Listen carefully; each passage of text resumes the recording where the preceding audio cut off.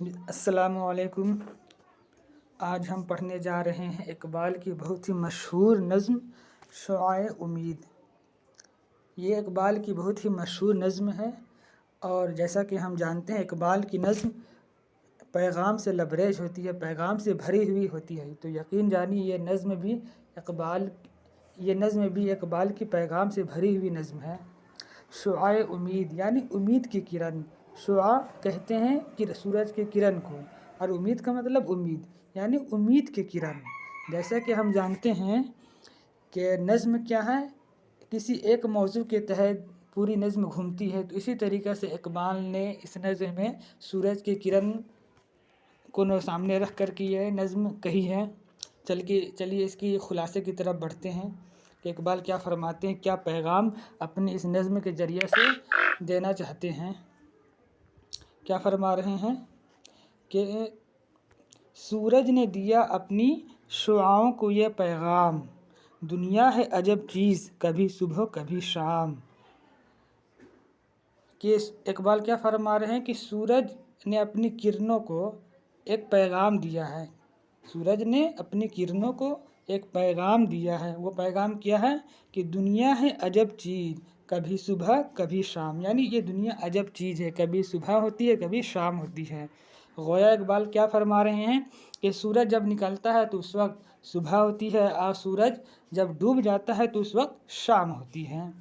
ایک بات میں یہاں بتاتا یہ چلوں کہ یاد رکھیے کہ یہ شعاع امید تیسرے مجموعے ضرب کلیم میں شامل ایک پابند نظم ہے۔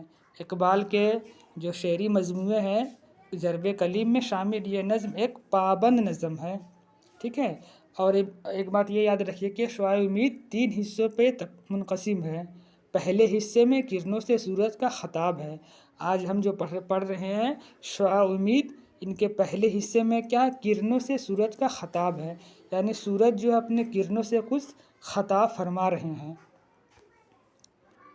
آگے کیا اقبال فرماتے ہیں، مدت سے تم آوارہ ہو پہنائے فضا میں، بڑھتی ہی چلی جاتی ہے بے مہری ایام۔ اقبال کیا کہہ رہے ہیں اپنے کرنوں سے کہ مدت سے تم آوارہ ہو، آوارہ ہو یعنی دنیا میں تم مدت سے آوارہ ہو، یعنی کرنیں ایک مدت سے دنیا کو روشن کر رہی ہے، اور اس فضا میں وہ آوارہ ہے یعنی دنیا کو چمکا رہی ہے۔ لیکن اس دنیا کو چمکانے کا ان کو کیا صلہ ملا ہے کہ بڑھتی ہی چلی جاتی ہے بے مہری ایام۔ بے مہری مہربانی، جس طریقے سے ہم کہتے ہیں مہربان، یعنی کسی کو کوئی مجھ پہ مہربان ہے، لیکن یہاں کیا ہو رہا کہ سورج کی کرنیں تو دنیا پہ مہربان ہیں، لیکن اس مہربانی کا بدلہ کیا مل رہا ہے، بے مہری، یعنی لوگوں کی طرف سے ان کا ریئیکٹ صحیح نہیں ہے، اسی کو کہا جاتا ہے بے مہری۔ یعنی مہربانی کا بدلہ مہربانی ہونا چاہیے، لیکن لوگوں کی طرف سے بے مہری ایام ہو رہا ہے، ٹھیک ہے۔ نہ ریت کے ذروں پہ چمکنے میں ہے راحت، نہ مثل صبا طوف گل و لالہ میں آرام۔ اقبال کیا فرما رہے ہیں کہ سورج کی کرنیں ریت کے ذروں پہ چمک رہے ہیں، لیکن ان کو راحت نہیں مل رہی ہے۔ نئے کا مطلب نہیں، مثل کا مطلب ایگزامپل، جیسا، صبا کا مطلب ہوا جو صبح کے وقت چلتی ہے، طوف گل و لالہ میں آرام نہیں، یعنی دیکھیے جب ہوا چلتی ہے تو گل و لالہ پھول کا نام ہے، جس کی وجہ سے وہ گل کیا ہے، کھل اٹھتا ہے اور ان کو راحت ملتی ہے۔ لیکن ہوا کو اس کے بدلے میں کیا ملتا ہے، ہوا کو اس کے بدلے میں کچھ نہیں ملتا ہے۔ نہ مثل صبا طوف گل و لالہ میں آرام، ہوا چلتی ہے، گل کو کھلا کے چلا جاتا ہے، لیکن ہوا کو کچھ راحت آرام نہیں ملتی ہے۔ ٹھیک اسی طریقہ سے سورج کی کرنیں بھی ایک مدت سے اس دنیا کو روشن کر رہی ہے، لیکن ان کو اس کا کیا بدلہ ملا ہے، کچھ بھی نہیں مل رہا ہے۔ پھر کیا کہتا ہے اقبال، پھر میرے تجلی کدہ دل میں سما جاؤ، چھوڑو چمنستان و بیاباں و در و بام۔ کیا کہہ رہے ہیں سورج کہ پھر چھوڑ دو تم اس دنیا کو، اس چمنستان کو چھوڑ دو، اس بیابان یعنی صحرا ریگستان کو چھوڑ دو، بام یعنی چھت کو چھوڑ دو، یعنی اس دنیا کو چھوڑ کر کے تم دوبارہ میرے سینے میں سما جاؤ، تجلی کدہ یعنی میرے سینے میں پھر واپس چلی آؤ۔ تو پہلے حصے میں ہم نے دیکھا کہ اقبال سورج کا خطاب کرنوں سے ہے، یعنی سورج کچھ پیغام دے رہی ہے اپنی کرنوں سے۔ اور دوسرے حصے میں جب ہم پڑھیں گے تو دوسرے حصے میں کیا آئے گا؟ کرنوں پر خطاب کا اثر ہوگا۔ یہ اقبال نے جو پیغام دی ہے اپنی کرنوں سے، جو مخاطب ہو کر کے جو بات کہی ہے کہ چھوڑو اس دنیا کو، تم میرے تجلی کدہ دل میں سما جاؤ، تم ایک مدت سے پوری دنیا کو روشن چمکا رہی ہو، لیکن ان کا تم کو کوئی بدلہ نہیں مل رہا ہے۔ ہونا تو یہ چاہیے تھا کہ احسان کا بدلہ احسان سے دیا جائے، لیکن ایسا نہیں ہوتا ہے۔ تو دیکھیے ایک بات سمجھنے کی ہے کہ اقبال اس بند میں کیا فرما رہے ہیں کہ اقبال یہ کہنا چاہتے ہیں کہ اگر کوئی انسان کسی کے ساتھ میں بھلائی کا معاملہ کرے، احسان کا معاملہ کرے، تو یہ سوچ کے نہ کرے کہ وہ بھی میرے ساتھ میں احسان کا معاملہ کرے گا، بھلائی کا معاملہ کرے گا۔ اگر وہ ایسا سوچ لے گا تو وہ بھلائی کرنا چھوڑ دے گا، جس طریقہ سے کرنیں کو سورج نے دکھا رہا کہ تم ایک مدت سے پورے دنیا کو چمکا رہی ہو۔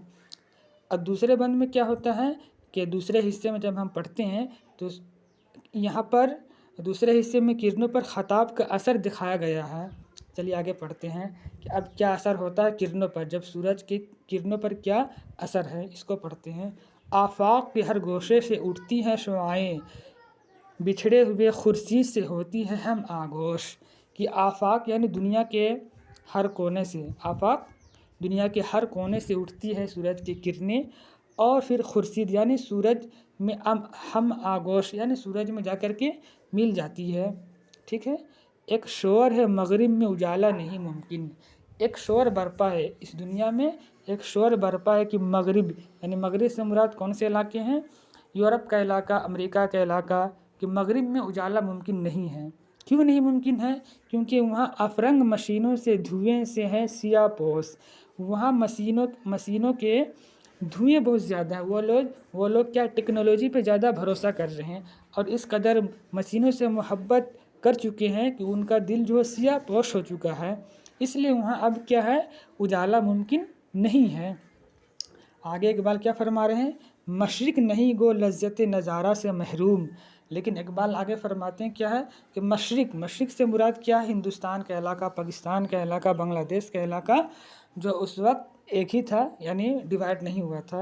اقبال کیا فرما رہے ہیں کہ مشرق جو خاص کر کے ہندوستان کا علاقہ لذت نظارہ سے محروم ہے، یعنی ایک مشرق جو ہندوستان کا علاقہ ہے، وہاں کی نظارے ہیں، وہاں کے لوگوں کے اندر تبدیلی لائی جا سکتی ہے، وہاں کے اندر بیداری لائی جا سکتی ہے، لیکن کیا ہے؟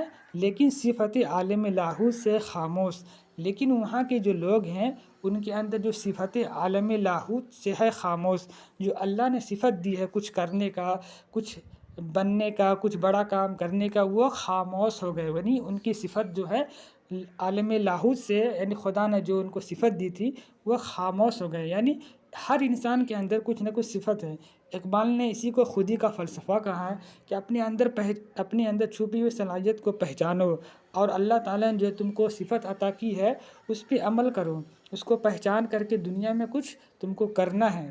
لیکن ایک ماحول انسان کا بنا ہوا رہتا ہے کہ جو قسمت میں لکھا ہوا ہوگا وہی ہوگا، ایسی بات نہیں ہے۔ اقبال اسی بات کو سمجھانا چاہتے ہیں کہ جو قسمت میں لکھا ہوا ہے وہ تو بہرحال حق ہے، لیکن کیا ہے کہ اپنی محنت کرنی چاہیے، انسان کو ایک کوشش کرنی چاہیے۔ پھر آگے کیا اقبال فرماتے ہیں؟ پھر ہم کو اسی سینہ روشن میں چھپا لے، اے مہرباں جہاں تاب نہ کر ہم کو فراموش۔ پھر کتنے کیا بول رہی سورج سے کہ اے سینہ روشن میں چھپا لے، اے سورج مجھ کو تو اپنے سینے میں چھپا لے، اے مہرباں جہاں تاب نہ کر ہم کو فراموش، اور ہم کو فراموش نہ کر۔ یعنی اس شعر میں کرنیں سورج سے کہہ رہی ہے کہ کرنیں سورج سے کہہ رہی ہے کہ اے مہتاب، اے آفتاب، تو مجھ کو اپنے سینے میں چھپا لے، مجھ کو فراموش مت کر۔ یعنی کرنیں جو کیا ہے اب واپس سورج کی طرف جانا شروع کرتی ہے، وہ چاہتی ہے کہ سورج اپنے اندر مجھ کو چھپا لے۔ یعنی پہلے بند میں ہم نے دیکھا کہ خطاب ہے کن سے؟ سورج اپنے کرنوں سے خطاب کر رہا ہے کہ اے کرن تم میرے دل میں سما جاؤ، اس دنیا کو چھوڑ کر کے تم میرے واپس میرے تجلی قضا میں آ جاؤ۔ دوسرے میں کیا اس خطاب کا اثر ہے، اور ساری کرنیں کیا ہے، واپس سورج کے دل میں سمانا چاہتی ہے۔